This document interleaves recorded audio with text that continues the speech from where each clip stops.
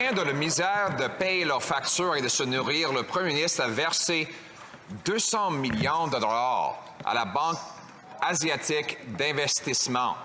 Maintenant, le chef de communication pour cette banque révèle, avec sa démission, que la banque est contrôlée par Pékin pour agrandir l'empire chinois à travers le monde avec l'argent des contribuables canadiens. Est-ce que le premier ministre va reprendre l'argent des Canadiens qu'il leur a donné pour redonner ça aux Canadiens? L'honorable ministre du Tourisme.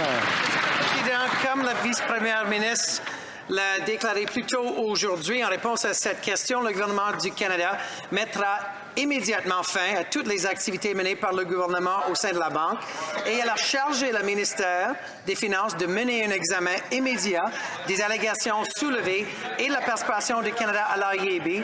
Le gouvernement canadien discutera également de cette question avec ses alliés et partenaires qui sont membres de la Banque.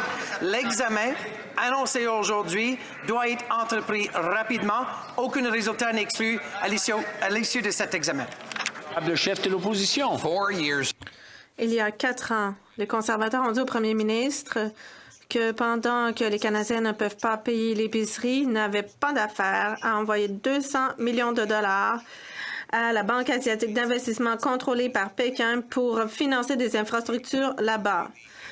Maintenant, le directeur de la communication de cette banque nous a donné raison puisqu'il a dit que la banque est dominée par le Parti communiste et qu'elle est utilisée pour agrandir l'empire de Pékin partout dans le monde. Mais où est le 200 millions de dollars, l'argent des contribuables qu'il a donné à cette banque? L'honorable ministre. La vice-première ministre en a parlé à une réponse plus tôt aujourd'hui. Le gouvernement du Canada va cesser immédiatement toutes les activités du Canada au sein de cette banque. Elle a demandé au ministère des Finances de faire un examen immédiat de ces allégations et un examen de la participation du Canada au sein de cette banque. Le Canada va aussi soulever cette question avec nos alliés, nos partenaires, aussi membres de cette banque d'investissement.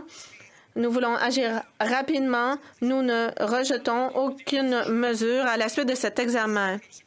Le chef de l'opposition, les conservateurs sont d'accord avec le Japon, les États-Unis, qui ont refusé de donner de l'argent à cette banque asiatique d'investissement contrôlée par Pékin. Nous avons demandé au premier ministre de ne pas donner notre argent pour cette entreprise chinoise qui allait simplement servir à grossir l'empire chinois. Mais 200 millions de dollars des Canadiens a été donné à cette banque. Pour la 3e fois, où est notre argent? Quand allons-nous le récupérer? L'honorable ministre du Tourisme. Je suis ravie de répéter que le gouvernement du Canada a cessé toute activité au sein de cette banque. Notre gouvernement demande au ministère des Finances qu'il mène un examen immédiat de ces allégations et qu'on cesse toute activité du Canada au sein de cette banque d'investissement et nous voulons agir rapidement. Démontrer au monde entier son admiration envers la dictature de base du régime de Pékin, le premier ministre a voulu contribuer lui-même à son expansion en 2016 en annonçant fermement un investissement de centaines de millions de dollars à la Banque d'investissement asiatique. On a prévenu le premier ministre. Les conservateurs ont vu le piège à plusieurs reprises. On sait maintenant de la bouche même d'un de ses dirigeants que la banque était en fait dirigée par le Parti communiste chinois. Les Canadiens n'ont pas à payer $250 million pour l'expansion du régime de Pékin, Monsieur le Président. Quand le premier ministre va-t-il récupérer notre argent? Honorable ministre du Tourisme. Président, comme la vice-première ministre l'a déclaré hier, en réponse à cette question, le gouvernement du Canada mettra immédiatement fin à toutes les activités menées par le gouvernement au sein de la Banque et elle a chargé le ministère des Finances de mener un examen immédiat des allégations soulevées à la participation du Canada à l'AIEB. Le gouvernement canadien discutera également de cette question avec ses alliés. L'examen, annoncé hier, doit être entrepris rapidement. Aucun résultat n'est exclu à l'issue de cet examen. L'honorable député de Regina-Capelle. Monsieur le Président, les membres du Conseil nommés par les libéraux au sein de la Banque d'infrastructure viennent de démissionner. Ils ont dit que c'était une banque contrôlée par Pékin qui opère comme un service de police secret. C'est difficile à prédire, n'est-ce pas? Comment on aurait pu croire que cela aurait pu se produire? Comment on aurait pu croire qu'une banque serait utilisée pour étendre le pouvoir de Pékin? Nous voulons que les libéraux ne mettent pas d'argent dans une telle banque. Alors, quand vont-ils récupérer notre argent?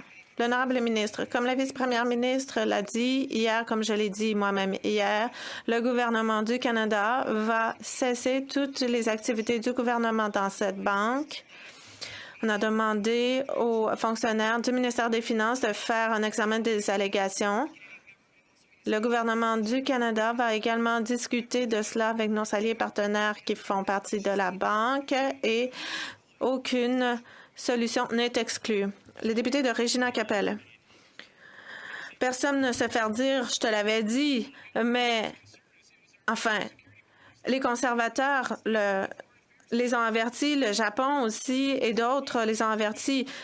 Ils leur ont dit que le régime communiste allait utiliser la banque pour élargir son pouvoir et son influence. Cette banque a construit des voies ferrées, des installations portuaires avec l'argent des contribuables alors que les gens ici ont du mal à payer les factures. Maintenant que c'est exposé, vont-ils faire ce qu'il faut et récupérer l'argent des contribuables? L'honorable ministre du Tourisme. Même question, même réponse.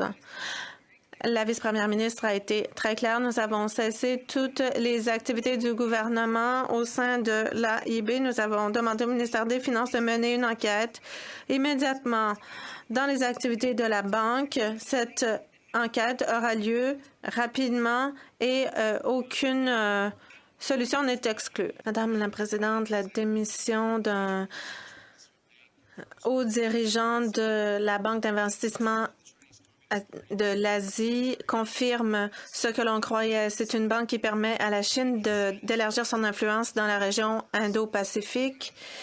Et la banque fait des prêts à la junte militaire au Myanmar.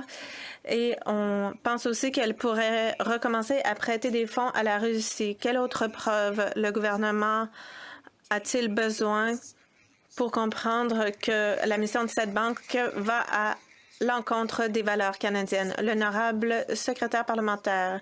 Merci, Madame la Présidente.